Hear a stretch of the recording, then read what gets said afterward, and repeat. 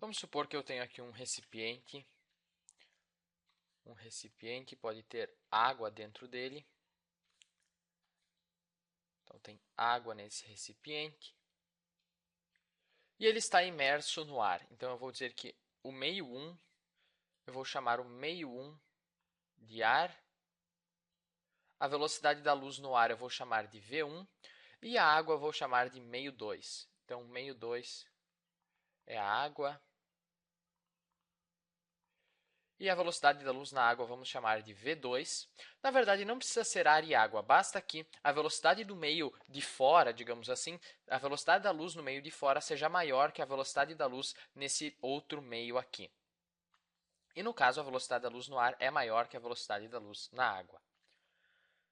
Então vamos supor que partindo de um ponto A aqui no ar, eu emito um raio de luz, e esse raio de luz vai incidir sobre a superfície da água, parte dele, vamos chamar esse ponto aqui de P, parte do raio de luz vai refletir, mas parte dele vai refratar, ou seja, vai sofrer um desvio na direção e vai encostar, vai chegar nesse ponto B no fundo do recipiente. Vamos desenhar aqui a reta normal.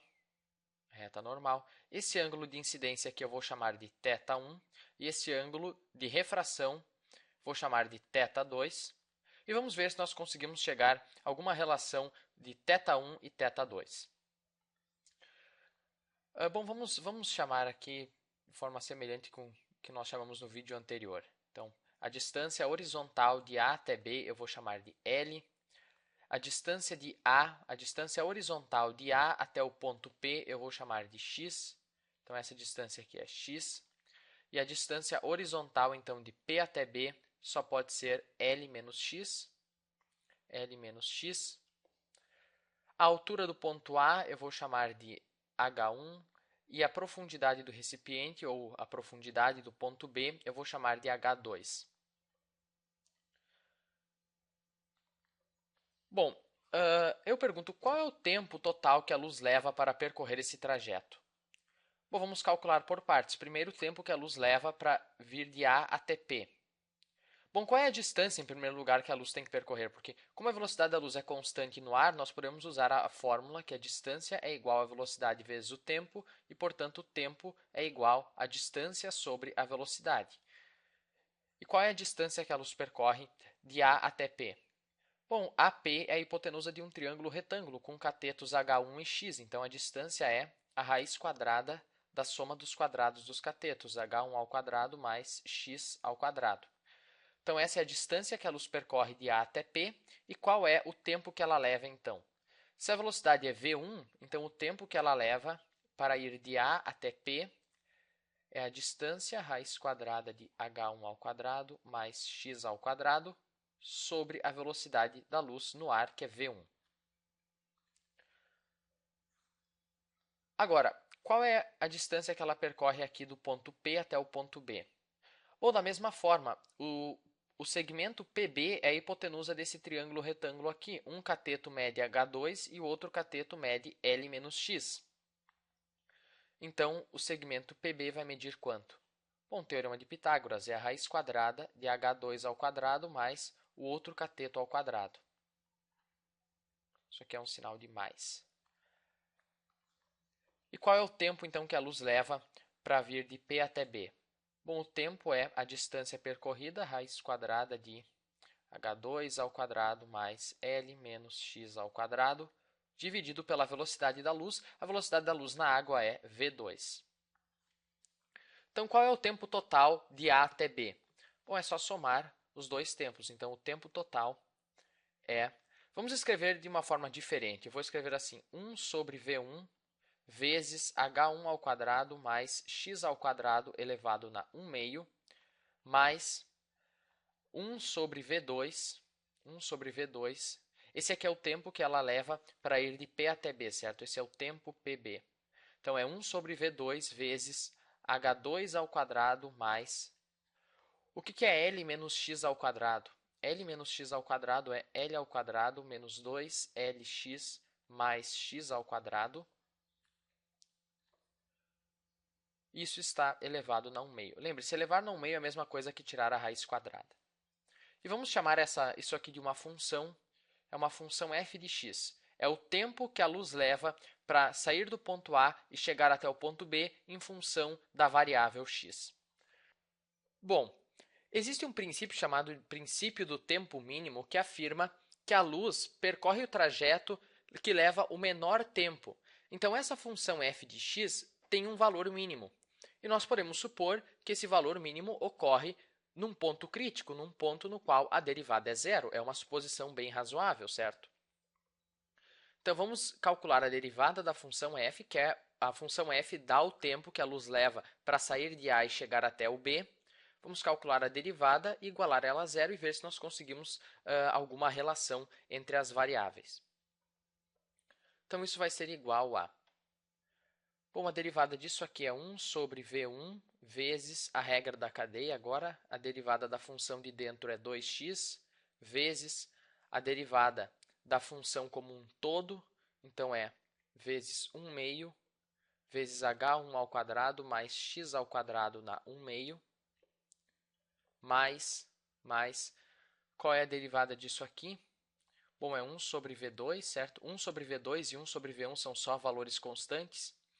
E agora a regra da cadeia, eu pego a derivada da função de dentro em relação a x, a derivada de h2 ao quadrado é zero, dl ao quadrado é zero, a derivada de menos 2lx é menos 2l, a derivada de x ao quadrado é 2x, eu multiplico pela derivada da função como um todo. Então, é 1 meio vezes a parte de dentro.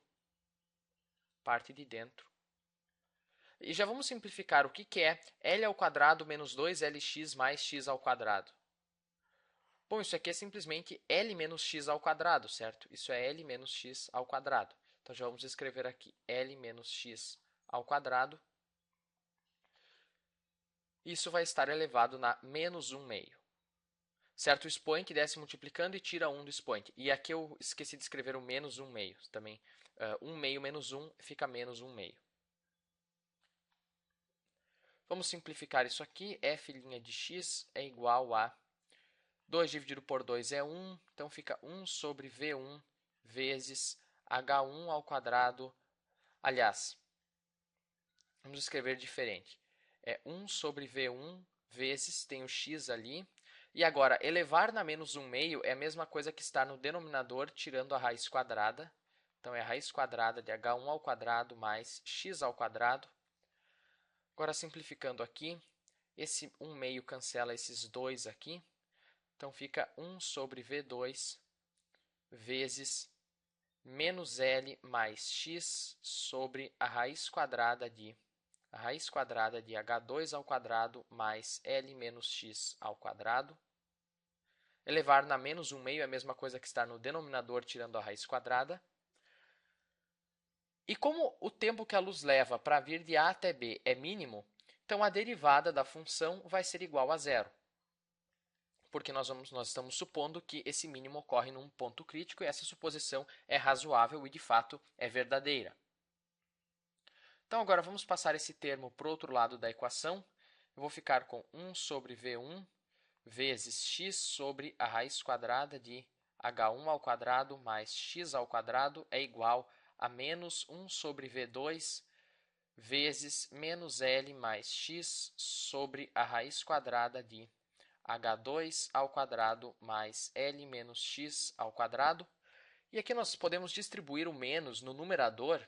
Então, se eu distribuir o menos no numerador, eu fico com um mais aqui. E aqui fica mais L menos x, certo? Agora, observe aqui o que é x sobre raiz quadrada de H1 ao quadrado mais x ao quadrado. Bom, se você olhar para esse ângulo θ1 aqui, eu tenho um triângulo retângulo. Se eu fizer esse triângulo retângulo aqui, a medida desse cateto aqui em cima é x, é a mesma medida que aqui embaixo, é x. E a hipotenusa mede raiz quadrada de H1 ao quadrado mais x ao quadrado. Então, isso aqui, na verdade, é o cateto oposto ao ângulo θ1 dividido pela hipotenusa do triângulo retângulo. Então, isso é o seno do ângulo θ1. É o cateto oposto a ele dividido pela hipotenusa. Então, eu fico com 1 sobre V1 vezes o seno de θ1 é igual Agora, o que é L menos x sobre a raiz quadrada de h2 ao quadrado mais L menos x ao quadrado? Bom, L menos x é o cateto oposto ao ângulo θ2. Esse é o L menos x. E essa raiz quadrada toda aqui é a hipotenusa do triângulo retângulo. Então, isso aqui, na verdade, é o cateto oposto dividido pela hipotenusa, ou seja, é o seno do ângulo θ2.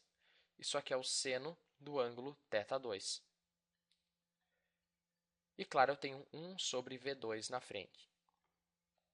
E essa relação aqui que nós chegamos agora, o seno de θ1 sobre V1 é igual ao seno de θ2 sobre V2, é a chamada lei de Snell, ou Snell, não sei a pronúncia correta, que é uma lei que governa a refração, que com certeza você viu no seu ensino médio.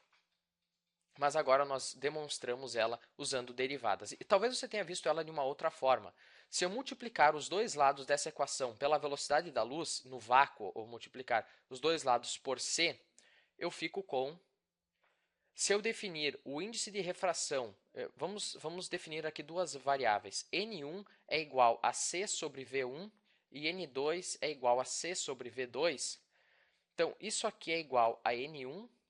Isso aqui é igual a N2, e eu fico com N1 vezes o seno de θ1 é igual a N2 vezes o seno de θ2.